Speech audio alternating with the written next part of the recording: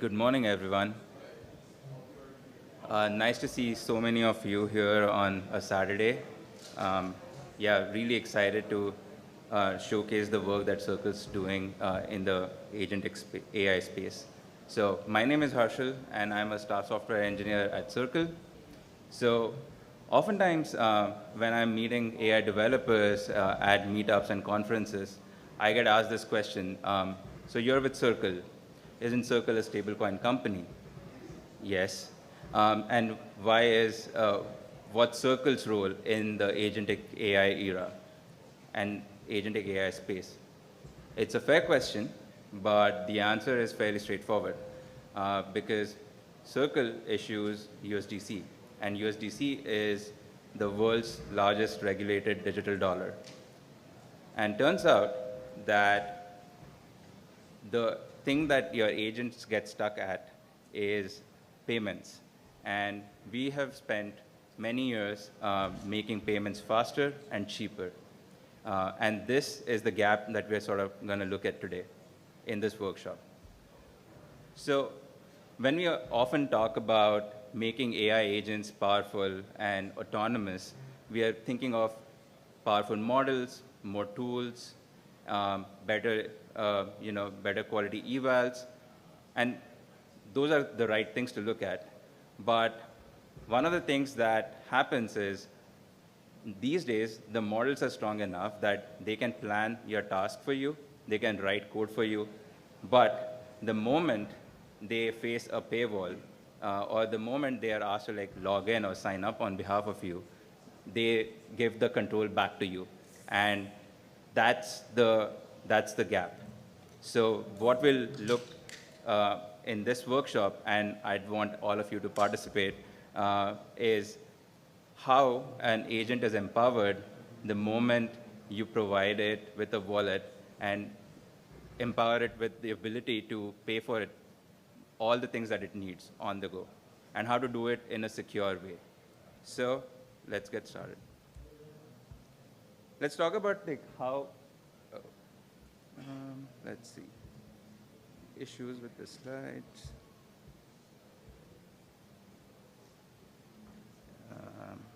Let's start mirroring again.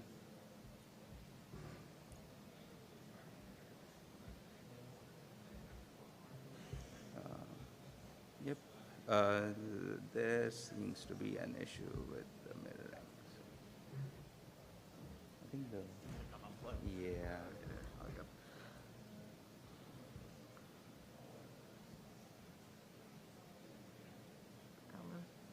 Give it a second. All right, awesome, thank you. So let's sort of like look at where we were in a couple of years ago, right? In 2023, mostly we were interacting with LLMs via ChatGPT and just like prompting. 2024, things got a bit more advanced. We started like running some evals, getting a better understanding of how our agents work. 2025 was all about MCPs, skills, orchestrating agents, so having an agent manage a fleet of other agents and doing more powerful work. And in 2026, we believe that that's the year of where agents will go pay for things and pay each other, and the agentic economy is truly here, and it's about to stay. And the early numbers are quite promising. So if you look at the numbers, in the last 30 days alone, agents paid for $24 million worth of information on the internet, and 98.8% of it was settled in USDC.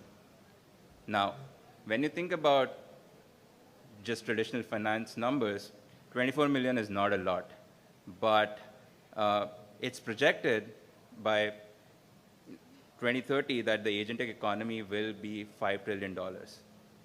And now the question is, why do agents get stuck? Let's sort of like look back at how the internet was built. So the internet, for the last 30 years, catered for one type of customer, which is humans. So all the payment rails, the the monetization schemes, everything was custom made for this one type of customer, which is humans. So you had your sign-up flows, your subscription models, your paywalls, and ads, right? But now there's this new type of customer, which is the AI agent. And the AI agent does not interact with the internet or behave in the same way as a human does.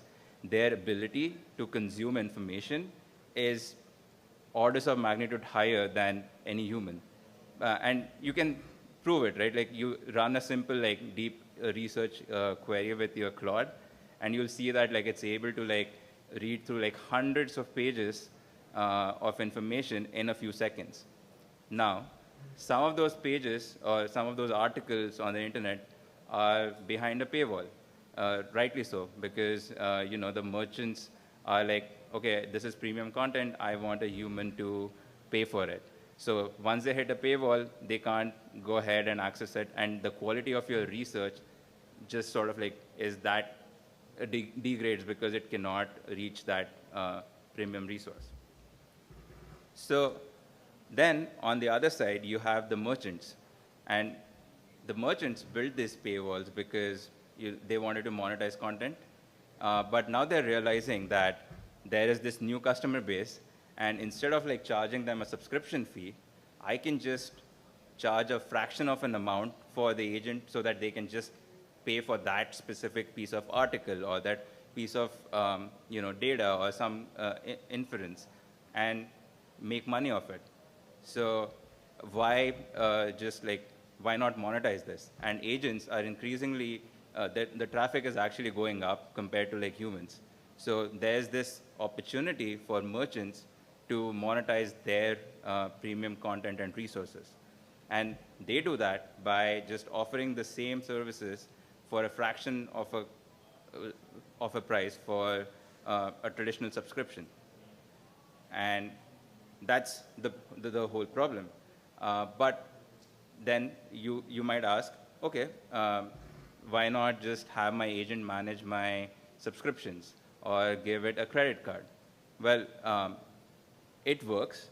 You could give your agent like a few subscriptions and API keys to manage, but does it scale? Because today you want task X, tomorrow you want something else, and how can you pay or subscribe for something that the agent just discovered as part of its research and is like, oh, I want to access this resource, I think it's valuable, and now it stalls. So that's the challenge. And then you can say, sure, like, let's just use credit cards. Well, that's fine if you are okay giving your agent your credit card information, but the economics don't work either. Because as I mentioned earlier, merchants are exposing these endpoints or these resources to agents at a fraction of a cost. So if an agent, which is making these high-frequency API calls for premium content, has to pay 1 cent, and he has to, the agent has to like then pay 3% or 2.5% of credit card fees, the economics just do not work, right? So that's why traditional payment rails aren't the best way for AI agents to like pay as they go. What agents need is payments that work like the internet. Payments that are real-time, low-cost, programmable, and always on. And that's why Circle built the Circle Agent Stack. So it's a full-stack platform for the agentic economy. And let's look at it by visiting agents.circle.com. And from here, like, if folks have their laptops on, we can start sort of the workshop where we'll have like a few colleagues of mine over here who are probably collecting emails, and we'll be distributing some USDC for you to like try this as we go on an interactive journey where we try to like build a business. So let's see how our agents can, you know, build something for us when they are empowered with a wallet. So let's look at agents.circle.com. So what's agents.circle.com? So you have a single place where your agent can hit a paid API. all you need to do now is just copy this prompt in one click and use your Claude Cursor or favorite like Agentic coding tool, and then let it run. So it will install a CLI. It will generate a wallet. The set of instructions are very simple. My colleagues can help you out if you run into any issues. But let's also look at the marketplace, because I talked about agents being able to like pay for things as they go. But what do they pay for? What are the services? And then there's the question of discoverability. Like, how do they discover what services are out there? And that's where our agent marketplace comes into the picture. And the discoverability layer, so the CLI, once you download and set it up, you're able to, it's able to like discover these paid services. And you have around 1,000 endpoints from various providers, spanning a wide range of sort of like categories, which is you have endpoints for image generation, for example, which just cost like 2 cents per image. You no longer need to have subscription for a specific image generation model. Then let's look at some financial analysis tools. You have like access to, for example, crypto prices and prediction markets. Prediction markets are fun. You can like have your agent, give it some funds and like make bets on the prediction market, and that's one thing. Social intelligence. So if you want to like plan some GTM motions or want to like do some sales motions, so how do you do that? Like just pay as you go for the content that you need. And it's one of the favorite things I use is the Reddit endpoint. So I'm just able to like query some Reddit information for just like 2 cents. And then there's your web search. So better quality web search for your agents for a fraction of a cost. So with that, if folks are ready, I'm gonna pause for a couple of minutes here. So if folks want to like start the workshop with me and install the CLI, and then we can take it from there.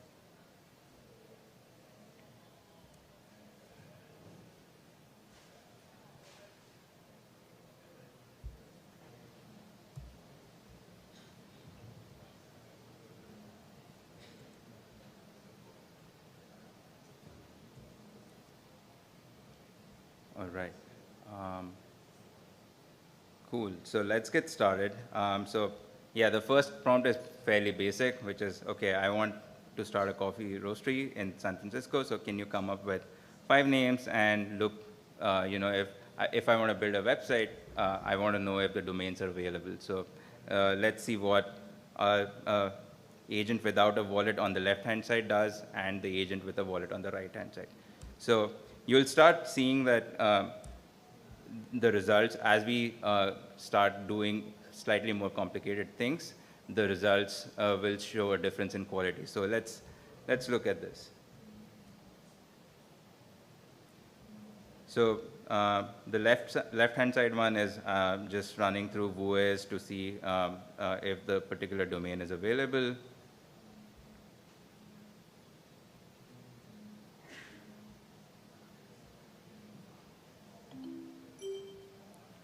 And on the right-hand side, you can see that the agent is first checking whether there are funds, what's the budget, and it's making API calls to the Circle via the Circle CLI, listing the wallets and checking the balance, and then is looking through the marketplace to see what endpoint do I have to essentially look for domains. So you have one which is stable domains, and it's the description. It was able to like browse through the marketplace to see what matches my requirement, and now it's because it matched this description, it's actually inspecting that, and now it's going to give us the result. So you can see like some domain is already taken. So it's all the left agent already finished. So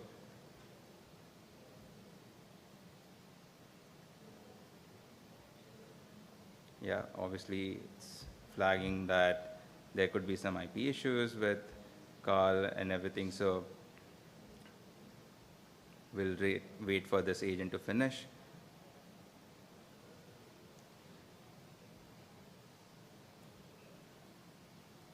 You see, like, this agent actually made an API call for 10 cents, sorry, 1 cent to check if the domain actually is taken or not, and how much it's going to cost to actually purchase an available domain.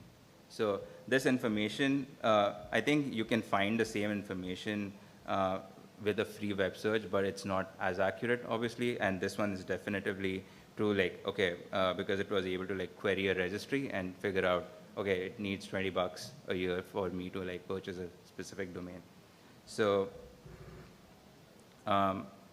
let's, okay, it's picking Sutro roasters. So I'm just gonna give it and say, let's go with, I like Pay Rise Coffee.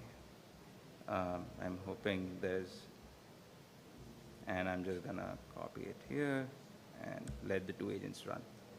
So once that's finalized, the second task I want to do is, okay, now I essentially want to know the competition. I want to know, it's essentially a task about market research. So what do I need to do to stand out amongst my competitors?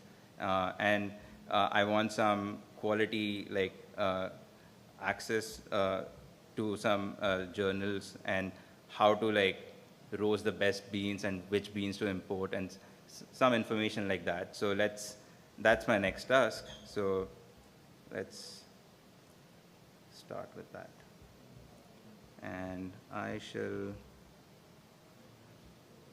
so yeah, it asks a follow-up question, which is like, okay, check for trademarks, etc. So I'll just say this for now, and let's start. Yeah, also the other thing I did was I've updated the Claude.md file from in my agent over here to always give a very specific summary for the as part of each step here, so that everyone understands like what happened and how much was spent as part of that particular step. So if you see, like, it spent like 12 cents total. So let's begin the next task. Any questions thus far? Like, while the agents run, I'm happy to like take any questions. Oh. Hi.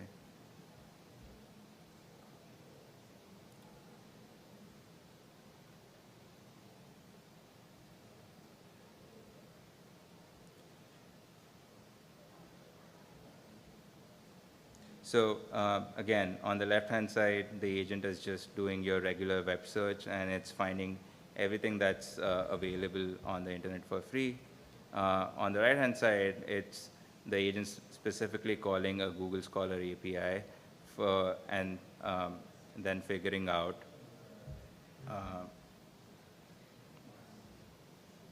how to actually fetch those paywall articles, find quality research, and yeah, take it from there. Yes. Oh, sorry. Yeah.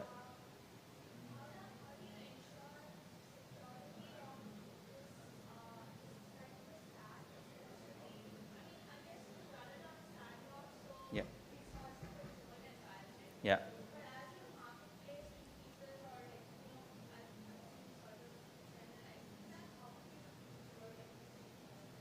Yeah, that's a great question. So we right now curate our marketplace with, so we are actually like looking at the endpoints and testing it out to ensure that, you know, the marketplace, it's not just like anyone registering their endpoints. And the other thing, you bring up a great point about security. And I'm going to talk about like security of your funds, right? I was talking about how you could potentially give your credit card to an agent, right? That's dangerous. With Circle CLI and Circle wallets, what you can do is you're not giving your wallet or your fund to your agent. You're essentially creating a wallet for it, for the agent itself, and it's their funds. So you're managing funds for the agent itself, and you can have a fleet of different agents, and you can assign specific budgets to each of them.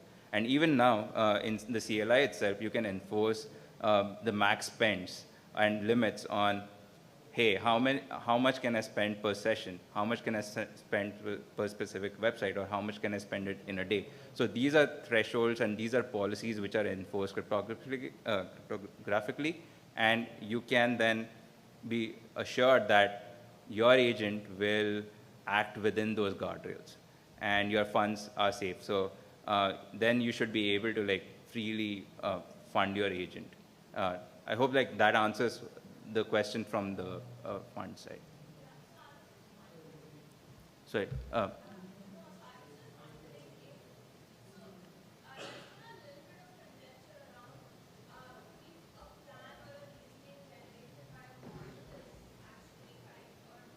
Yeah. Use like a formal logic or a formal verification mechanism at the back end to, I guess, for the guardrails and the verification aspect for such agents. Are you talking with regards to just spending? Yeah, just managing the whole thing, basically. I mean, for example, you're running this prompt and Right. the whole process of it. Yeah. What plan it generates, how it's verified, how it's spending. I mean, yes, of course, spending is the final endpoint, but. Yeah. So I think this is obviously a question that we are actively working on. And also some of the things that I can talk about with regards to malicious spending, again, is we have blacklists, and you cannot transact with sanction addresses and stuff like that.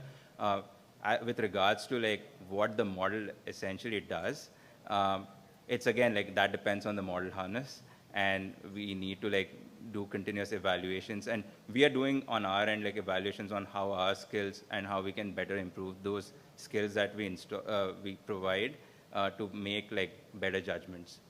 So yeah. Question? Yes. Yeah. So my son is in high school, and I Yeah. also give him a wallet similar to this, so Yeah. he doesn't spend my credit card directly. Yeah. But what I learned is you also need to teach him the concept of money, and then Yeah. making money is hard, so he need to spend smartly. Yeah. So do you do any research for your agent? I know you have skills and guardrails, Yeah. but that's kind of just setting the rules. Yeah. But what to spend the money, how to invest in there's multiple websites. Right. Which one has higher value for return? Yeah, so right now I think we've not enforced such sort of guardrails or rules into the CLI that look for the cheapest one or something. It's obviously based on your use case, and it can, the CLI is flexible enough where you can sort of add additional skills within your project and setup to sort of say that, hey, if you need to spend more than $5, now we're nearing my budget limit, so start looking for cheaper endpoints, right? Similar to how you would if your monthly AI usage is coming to the limit, you resolve to using cheaper models. So something like that. So you can always do that. But right now we do not have specific rules around hey, which one to select. You will actually as I was doing a trial run yesterday for this, and I was observing how the model was thinking, it did in the next task, I asked it to generate a logo, and it was able to just make an intelligent decision saying, you're designing a logo for a company, so it has to be of great quality. So I'd rather spend on the more expensive agent, which is a good sort of image generation model, than a cheaper one, because the price difference is just a few cents. So I think the agent is making that sort of decision intelligently, and you can always tune it the way to your liking. But I do really like the analogy that you gave of, having a wallet for your son, because that is exactly like how I think of this as a mental model. Like you have, sort of like your almost like agents that you're managing, and you're just like funding them independently, and yeah, and in a secure manner. So yeah. So thank you for the great questions. Yeah. Yeah, real quick, I don't want to take up a ton of your time, but have you considered opening up the ability to register idle GPUs and agents to pay for their own compute? Yes, so there are endpoints actually which allow you to like pay for inference. So within the marketplace, so you should explore that. And if there are enterprises, if anyone's over here that wants to like expose their endpoints, we have folks at the booth here for the next 2 days. Please come talk to us. Yeah, the marketplace will thrive when enterprises and builders understand that, like, you can monetize your content and resources for the agentic era. So yeah, but great question. Looks like, yeah, I'm gonna just skip past the research, and looks like both the agents finished. And let's just do a quick read through. Like, okay, yeah, it looked at some scholarly articles, and it spent about, yeah, 117 cents to generate this. I'm actually gonna just tell the agent to use the agent.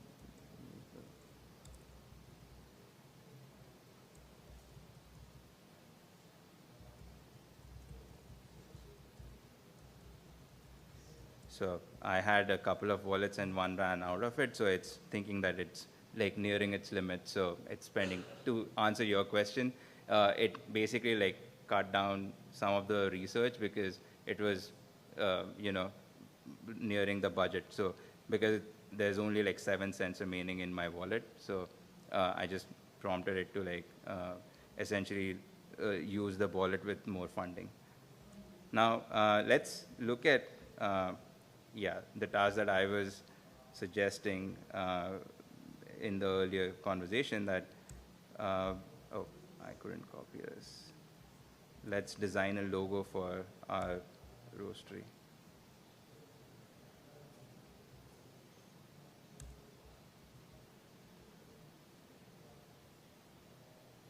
So over here, what you'll see is the agent is going to now leverage a model which is specialized in generating images. And currently, my cursor setup does not have any image generation models. So what you'll see on the left-hand side is the agent will try to essentially come up with a logo using whatever skills it has, whereas the right-hand side model will just pay a few cents and call the appropriate specialist model and get a logo generated. So let's see how that goes. Quick time check. Okay.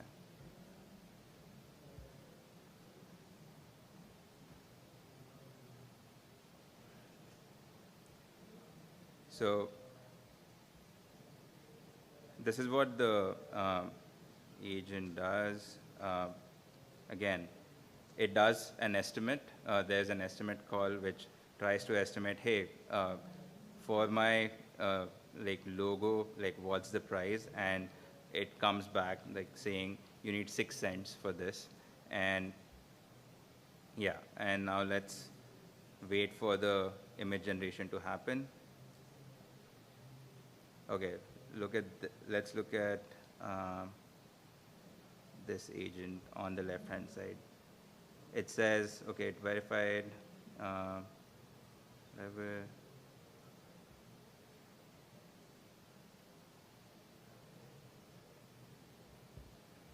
I'll just ask it to, looks good, build the logo. And so now it just paid like 65 cents to GPT image 2, And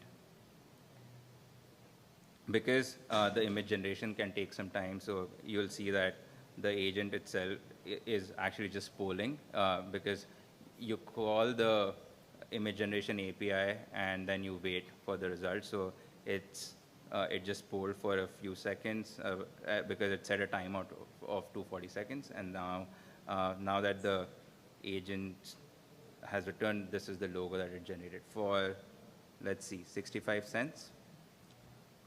Why was that? And, yeah, I'm sorry, not even 65 cents. It's 6 cents. My bad. I've been like, I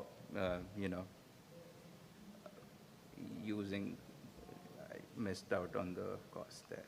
So on the left-hand side, the agent is still, because it's not an image generation model, I think it will still come up with a logo, but it will take a lot of time and it will just sort of build an HTML thing, and we'll wait for it.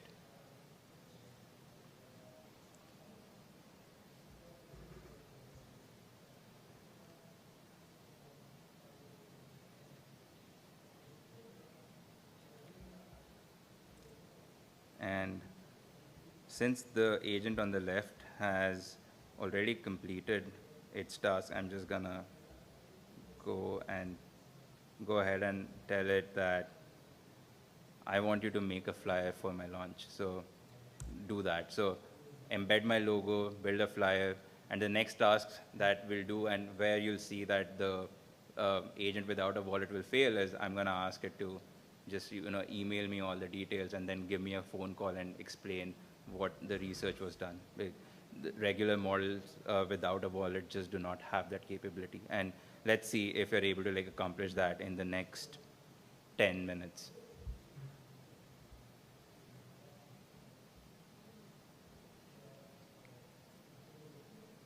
While the agents are running, any more questions that, yes?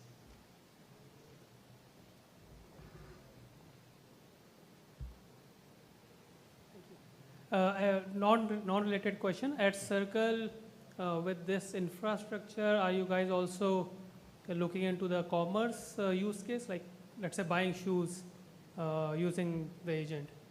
We are actually, we are trying to work with enterprises again to sort of come up with use cases, right? Like we want to work with enterprises to educate them that, hey, there's a use case for this. Now if you're a shoe company, you could essentially expose or curate an endpoint such that an agent, I can do that from my own cursor. I don't really have to go to the website and do something. So yeah, we are encouraging and we are actually trying to work with companies that, and it's not just shoes, any entity, any commodity that can be purchased on the internet by a human should be purchasable by an agent, right? So that's sort of the end goal. Yeah. And yeah.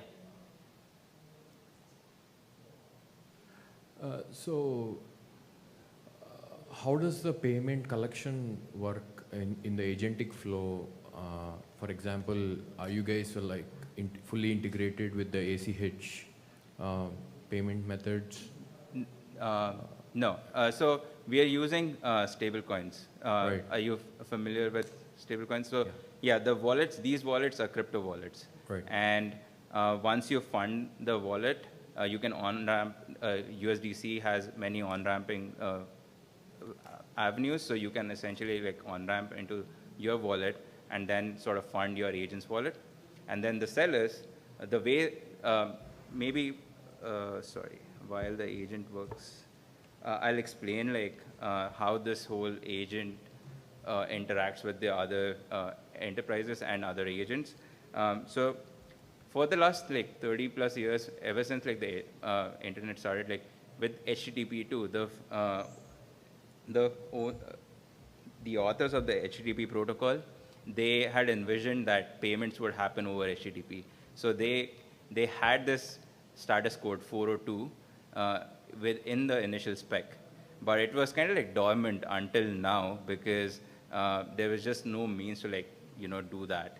But with the rise of like blockchains and stablecoins, that has become theoretically possible, because what can happen now is a seller can, instead of like preventing you from just accessing something, can return a 402 payment header and says payment required and provide the credentials or the details. And it essentially says, send me X amount of USDC on this particular like blockchain address. Now, the agent, because it has the CLI, is now able to interpret that and realize, okay, I need to pay 2 cents for this image generation endpoint, right? And now it signs an authorization. It's a EIP 3009 authorization, and which essentially says, I authorize to pay a specific address the said amount, and it signs it with the key, and attaches it and re-requests that same endpoint.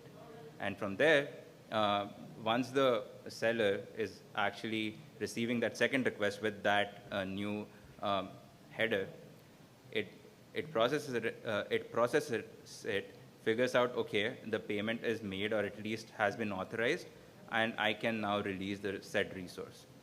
So now, because these transactions happen on chain, they essentially get settled.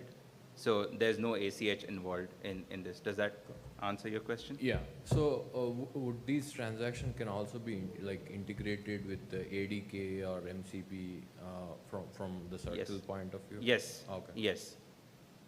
Sorry, let's hope. Yeah, this is back. Okay, and oh, all right. So, oops, this is still not visible. Sorry, I'm having some. Hello. Yeah.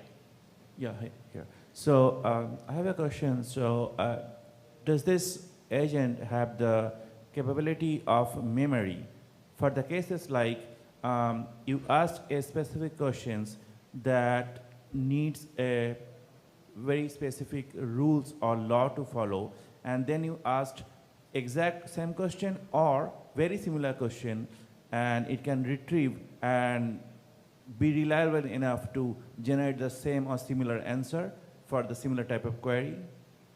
Yeah, so again, that will depend on the agent harness that you're using. So if you are using, say, Cursor or Cloud Code, it should just, and you're asking it from the same session, even if you're writing to the memory, like you're updating constantly your agents.md, it should be able to like look it up, because Circle CLI is essentially just, think of it as just another like connector on the buy side, right? Like, just like you have an ability to query Google Docs using a Google MCP, Circle CLI essentially like allows an agent to pay for things. So the memory aspect and all of those are, again, a function of the agent harness that you're using. So your Cursor and Cloud Code. Does that answer your question? Okay, so. I have one more question. Yeah.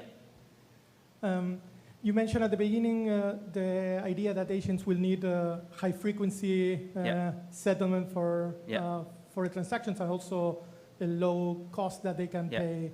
I understand this is a POC, but how far are we from having these kind of capabilities in the payment layer?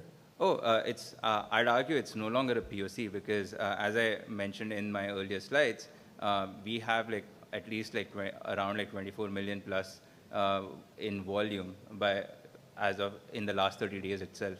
So the whole X402 protocol, as I was explaining, the way agents pay for these resources, you can go online and like if you see the volumes, they are increasing. Like it started like I think late or early last year, and now it has picked up, and even though like it does not have the same volume as traditional payment rails, it's a start, and it's a very promising start, because now you're just able to like, and even on our side, I can speak for one of our customers recently, like, they were able to like make request payments for 0.001 0.00005 cents. So it's like 5 microcents per API call.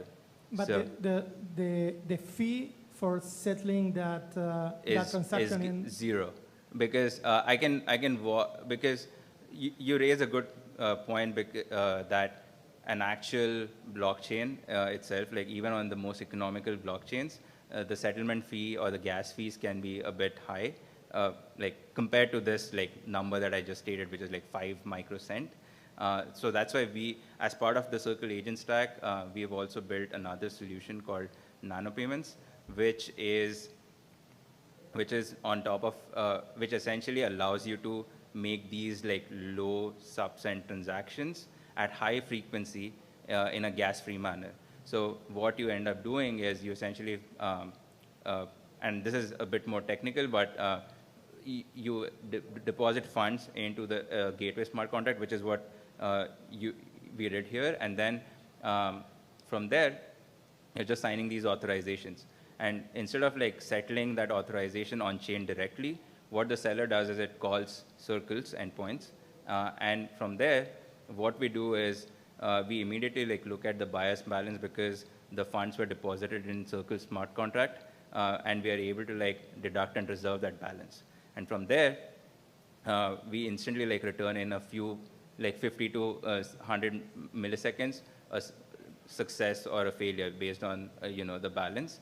And then we gather hundreds and thousands of these authorizations and actually batch them and net them together in a trusted execution environment, and then broadcast them on chain as one single transaction.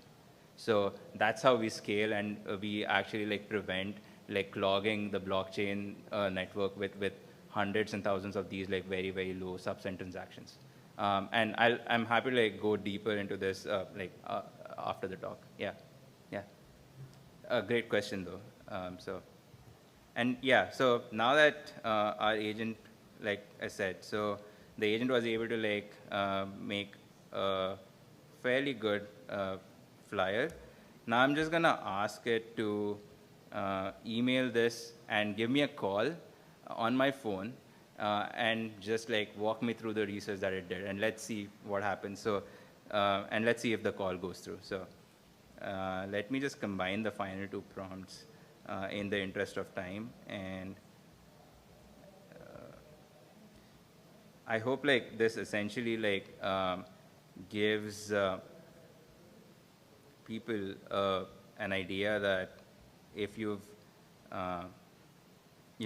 equipped your agent with a wallet, there's a lot of possibilities that it unlocks. So, and we'll see like the agent without a wallet just say that it just cannot do this. So yeah, two things I can't do from here, which is send the email or place a call. So I'll hand you both as things you can execute in one step. So I had added my email and phone number as environment variable, so it's able to like fetch that, and let's have it run. And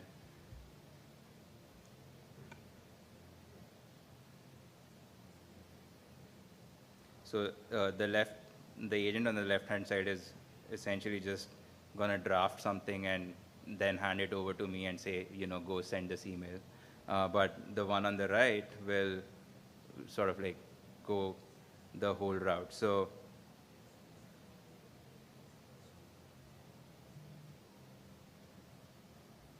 you see like it says like stable email sends at 2 cents, stable phone at 54 cents. So let me check the schemas and see what I can do.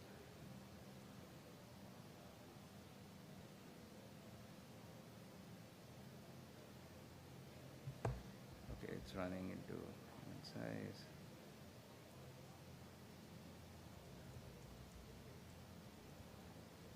Okay, I'll stop it from.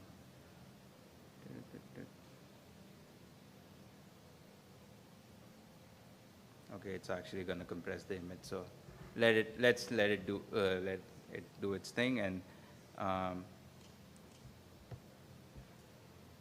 any questions I can answer in the meantime. Yes.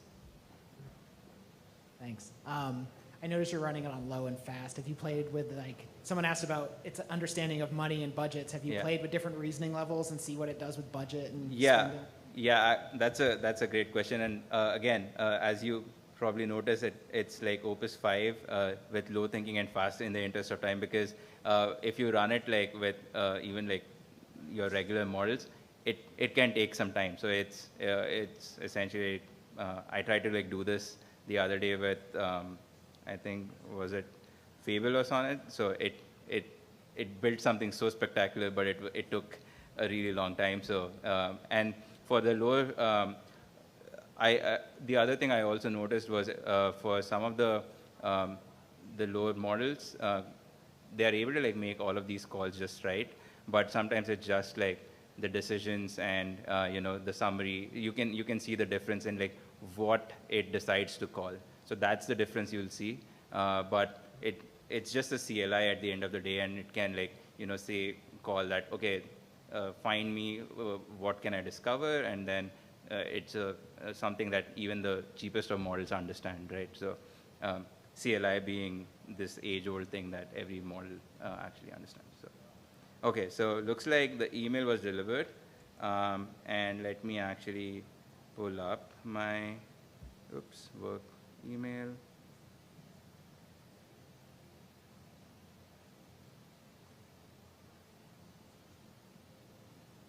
Not yet. Well,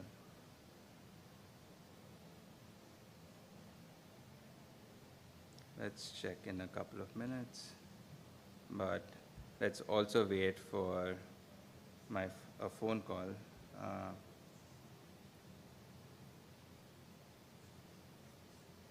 And there you go. So now I'm going to put it on speaker. And hello? Hi, it's your research assistant calling about Bay Rise Coffee. Got 2 minutes for the launch plan? Yeah, sure. Great. So BayRiseCoffee.com is available for $20 a year, and your logo and launch flyer are already in the inbox. The differentiator is development time, not roast level. A 2020 beverage sorry, longer development gives more. Can you actually just tell me? Can you just tell me which beans should I buy? Should they be, and from which roasters? I just need that information. For sourcing, Royal Coffee in Oakland has Crown Jewel micro lots at 22-pound boxes, $220 to $455, about $11.60 a pound green. Great. And did you actually send? For the core lineup. Go ahead. Yeah, thank you. And I'll just grab the rest of the information from the email. So thank you so much. Sounds good. Do you want me to register the domain or run a trademark check before I go? No, I think that should be all. Thank you so much. All right, talk soon. And that was, that's how like you can essentially like equip your agent and make it more autonomous.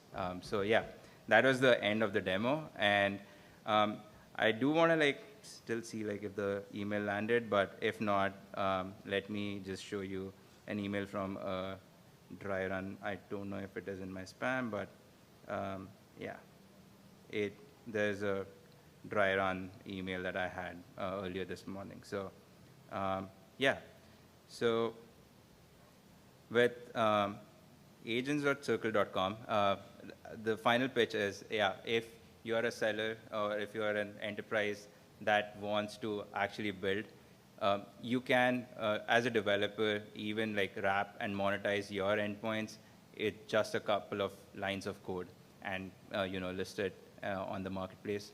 And yeah, this is just the start. There's a lot more to come. And if you found this useful and insightful, please come talk to us. We are here at the booth. We have a booth.